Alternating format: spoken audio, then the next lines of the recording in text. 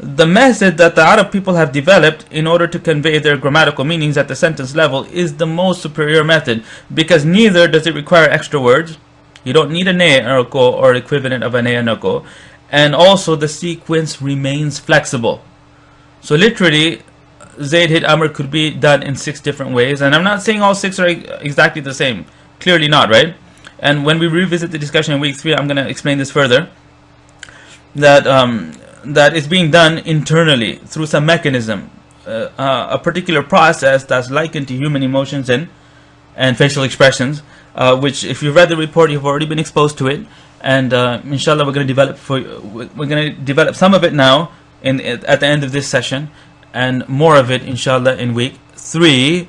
And then you're going to start seeing the mechanism in action as soon as the book begins, and every encounter of the principles application will add to your clarity. So before you know it, you're going to know these discussions very well, inshallah. Okay, so we start with the mapping of the language, which means the most basic sound that comes out of the human mouth. That's called lafz, utterance. Okay, either it will have meaning or it won't. If it doesn't have any meaning, then that's just a random configuration of consonants and vowels. And the example of that would be words of other languages that the Arab people don't know. Like a Chinese word, as far as an Arab person is concerned, would be considered muhmal, meaningless. Or you can take the word Pepsi, for example, that now it has meaning. But prior to the invention of this now famous beverage, when that word was spoken, it was muhmal. It didn't have any assigned meaning. So when a group of syllables is assigned a meaning, then that's called coinage.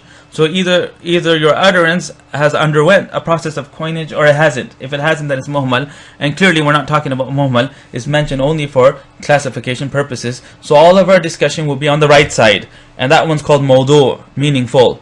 And everything is included within meaningful. It could either be single, which is mufrad.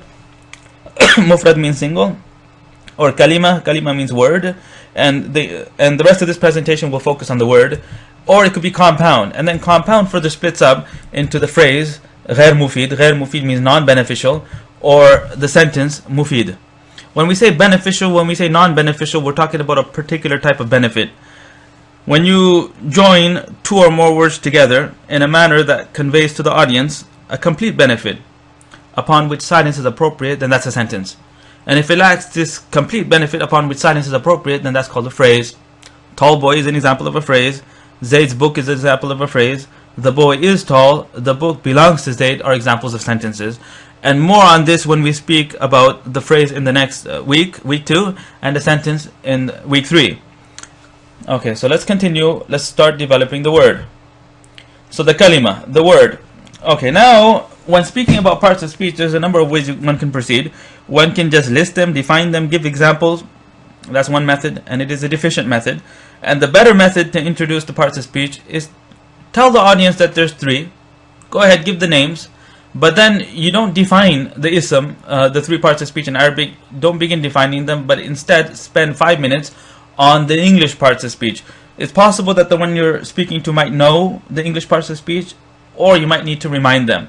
But spending even 5 minutes on that is more productive than tackling the 3 parts of speech in Arabic directly. So this is what we're going to do. The 3 parts of speech in Arabic are called ism, fi'l, and harf. And at this stage, if you're seeing this for the first time, then obviously it doesn't mean much. Ism, fi'l, and harf. So in order to properly appreciate what they are exactly, let's go ahead with the English ones.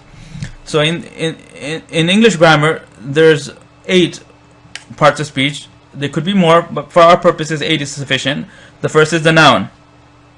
What is a noun? A noun is a part of speech in English that refers to a place, a person, or a thing. So all people's names would be nouns. Countries would be nouns. Okay, objects, inanimate, animate, animals, they're all nouns.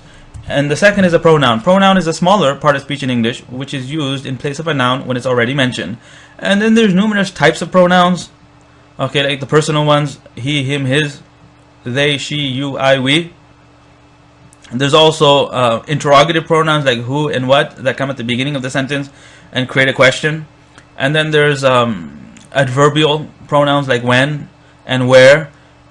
And then there's numerous types of pronouns, but okay, that's the part of speech in English. The third is an adjective. An adjective is a word in English that's brought in order to modify a noun. Okay, like the word tall, or the word small, or the word lazy. So when I say boy, then it could mean any boy. But when I say tall boy, then I've removed boys that are below a certain height, and I've narrowed it down. I've modified it. So it's a word that modifies a noun. An adverb is a part of speech in English that modifies other than a noun, like a verb, for example. So came. So with that, I tag on the word quickly. Came quickly. So coming can happen swiftly. It can happen slowly.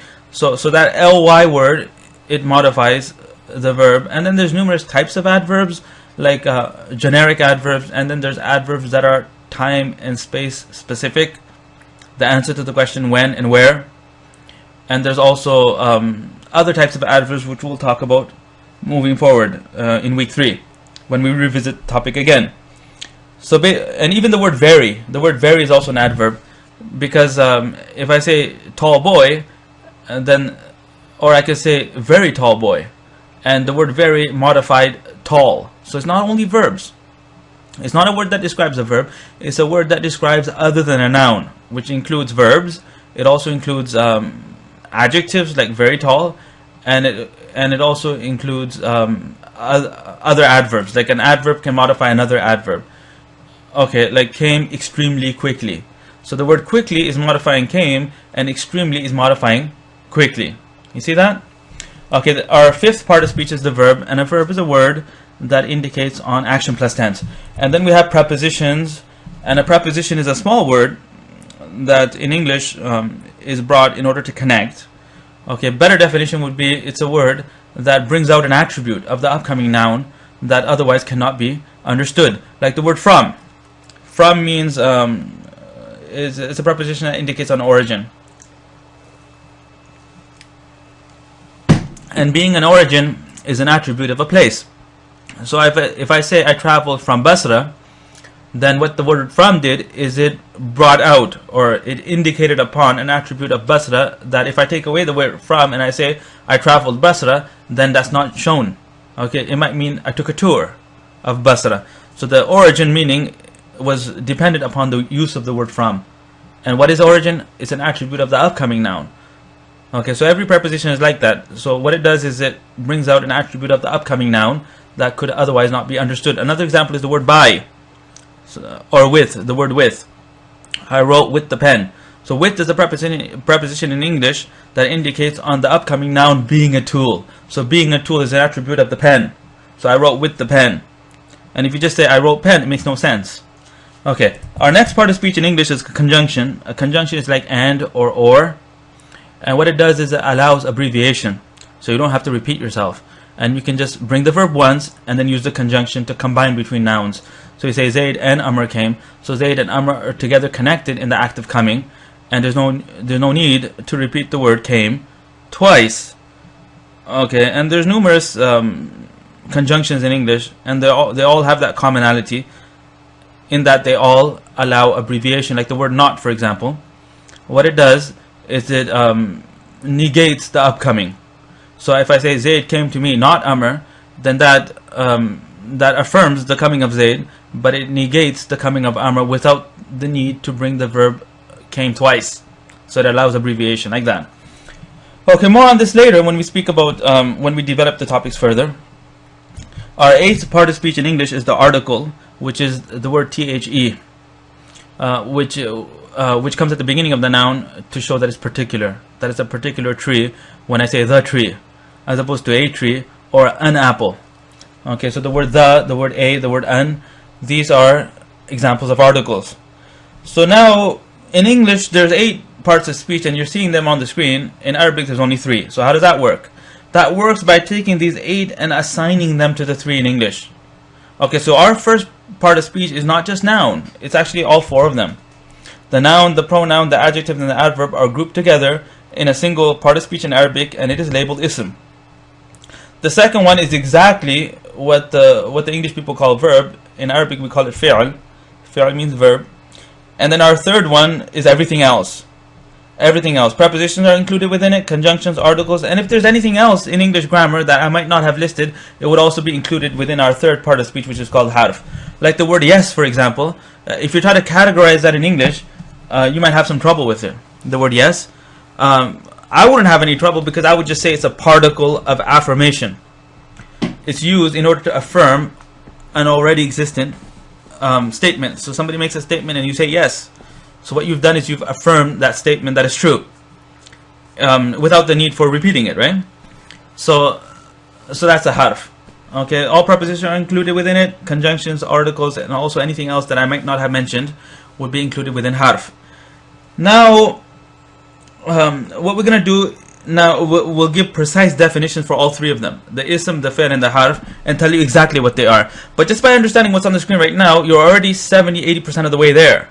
Okay, you have a pretty good idea of what an ism is, a fi'l, and a harf. You don't have examples, not yet. We're going to give you examples in 3-4 more slides from now when we subclassify the ism. And then at the bottom, when we get the subcategories, at that point we'll start giving examples of the ism, the fi'l, and the harf.